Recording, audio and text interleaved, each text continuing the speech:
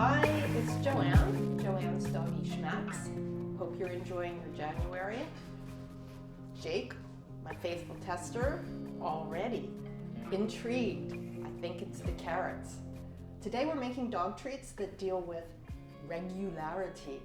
If your dog is constipated or on the other hand has diarrhea, a treat made with pumpkin is just the ticket to solve the problem. So I've invented a recipe that includes pumpkin, gives that good fiber, quiets the stomach, quiets the gut, and I've added roasted carrots to give it a sweet punch. Regular carrots are sometimes hard to digest, and you wouldn't want that if your dog was having intestinal issues. So roasting brings out the sweetness. And you can see I have some carrots here, and I roasted these for a half hour at 425 degrees. We have some carrot greens here. All this is going to go into the food processor in just a sec. Okay, the first thing we're gonna do is start with the important ingredient, the pumpkin. And that is a half a cup of pureed pumpkin coming out of a can.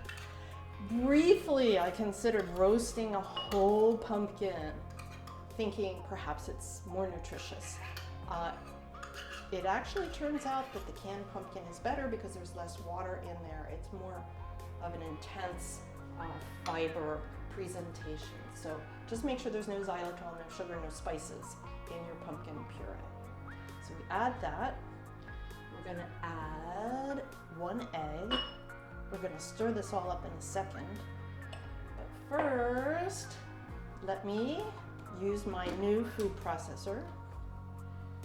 And I'm not sure if this is gonna equal a half a cup, but what I'm gonna do is chop it all up and then measure it and we'll see. Now I'm adding carrot greens. I'm not even gonna chop these up either. This is a super duper food processor.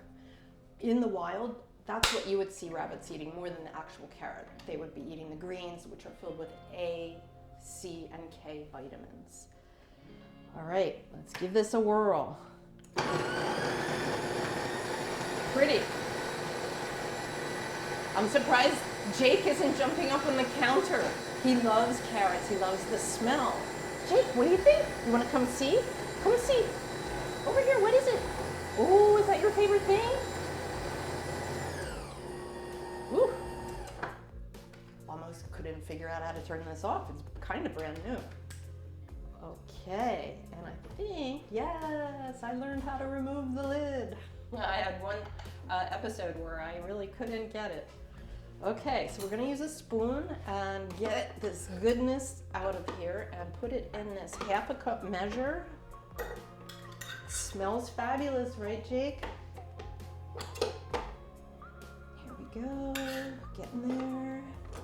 Trying to avoid the blade. So it's looking like that number of carrots is the perfect number for half a cup.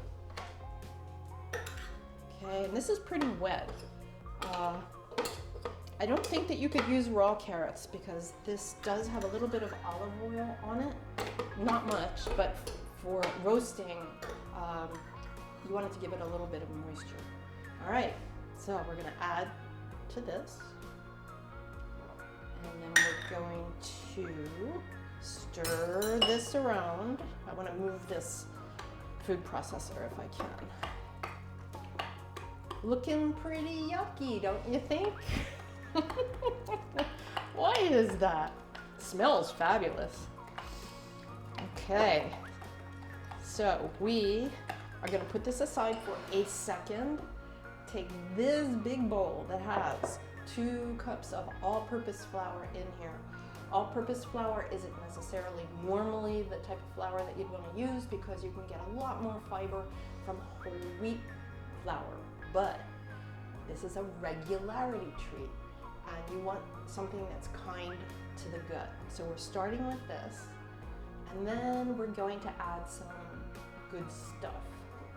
We're going to add 2 teaspoons of ground ginger, anti-inflammatory, kind of like magic.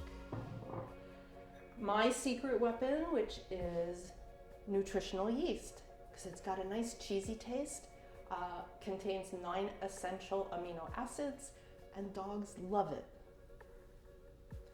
And then miracle of all miracles, chia seeds. I'm probably going to say this every time I use chia seeds. I hope you don't get tired of me saying it, but I think it's incredible that the Aztecs used to be able to travel for 24 hours having 1 tablespoon of chia seeds only. So it is definitely a little energy boost for a dog who may not be feeling great. So we're gonna give this a little whisk. And then we're gonna add, excuse me for a minute, I'm just gonna move this. Then we're gonna add the liquid. It's not really liquid, semi-solid, I guess we would call it. And start forming the dough. Notice I've learned to turn the bowl away from me so I don't kick all the flour on the front of my shirt. So you want to get it crumbly and try and pick up those edges, but we are going to add one more thing, and that is coconut oil. Coconut oil is a healthy oil for your pet.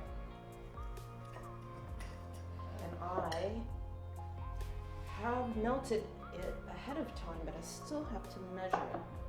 And I believe, I'm going to cheat for a second, I think it's 3 tablespoons. Yes, 3 tablespoons. Okay, we got 1,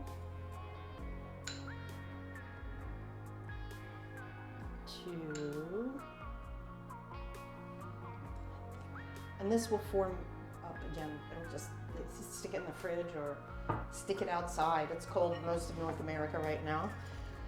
Let's see, here we go. Pretty soon we're gonna dump this on the board and form it into a ball.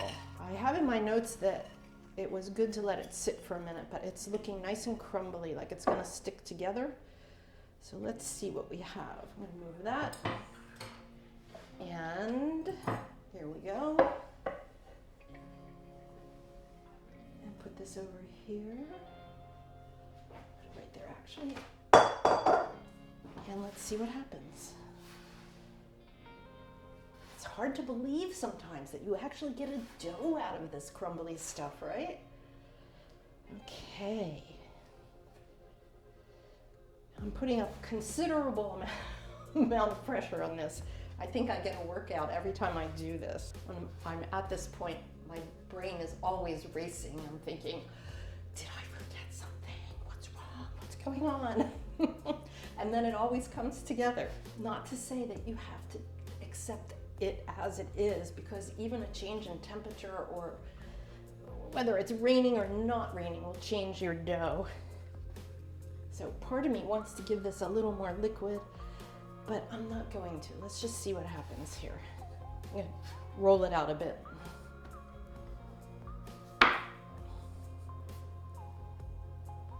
Yeah, I think we need a little more liquid, and I'm looking at my egg. I don't think I put all of my egg in there. There's a little bit there. And it sounds crazy, but I think I might add a little more coconut oil. Not too much, because then you could have to start all over. There we go.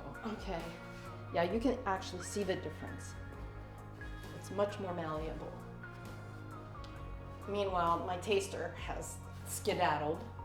He's like, oh gosh, Mom, hurry up. Okay, here we go. I think I should have chosen a heavier rolling pin, but this one hasn't been out of the closet in a while, so we will use it.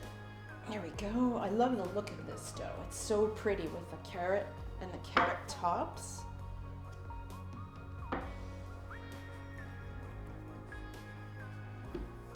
Well, you're probably all saying, I'm not gonna work that hard to roll out my dough. But wait till you see what these little rabbits look like when they're done. They're fabulous. I've done a better job on rolling out dough, let me tell you that, but I'm not starting over. We're gonna do this. And we'll blame the weather. And look, see? I'm sorry about my hands, but absolutely perfect little bunny. So these guys, now that's a Philadelphia accent for you right there. These guys are going into the oven at 350 degrees. And how long did I end up cooking these? 10 and 10, so 10 minutes at 350, flip, and then 10 more minutes. So they're quick cook, which is nice, quick like a bunny. And this dough makes a lot of rabbits, as you can imagine. I am pretty sure you don't want to see me cut out 50 rabbits. So I think maybe I'll be right back. And here we have them. Lots and lots and lots and lots of little bunnies. And Jake says, oh, may I, Mama? May I, may I? They're my favorite. I smell carrots. I think you may. What do you think? Let's come over here. Let's do some work. Have a seat. Good boy. Make your paw. Up! One paw. One. Don't give me two paws. One. That's good. There you go. Oh my gosh. He opened his mouth so far, the treat almost went right down his throat. Chew this one. Good boy. Is it yummy? You want to do a spin for me? Spin? Oh, good boy. Let me get you another treat, and then I'll just say I need to amend the cook time. The recipe, the dough was a little bit different. I ended up baking these at 350 for 15 minutes, flip them and bake for 15 more minutes. So before I go, I just want to say thank you to Pat, Poppy, and Elsa in Oklahoma for watching me every Sunday. It feels great and I really appreciate it. Thank you so much, and thank you everyone else. Jake thanks you too for watching Jake. Uncle Jake, I have some people calling him now. Are you Uncle Jake? He wants another one. We'll do one more and then we'll say goodbye. Don't forget to subscribe and like Jake likes. See you next week.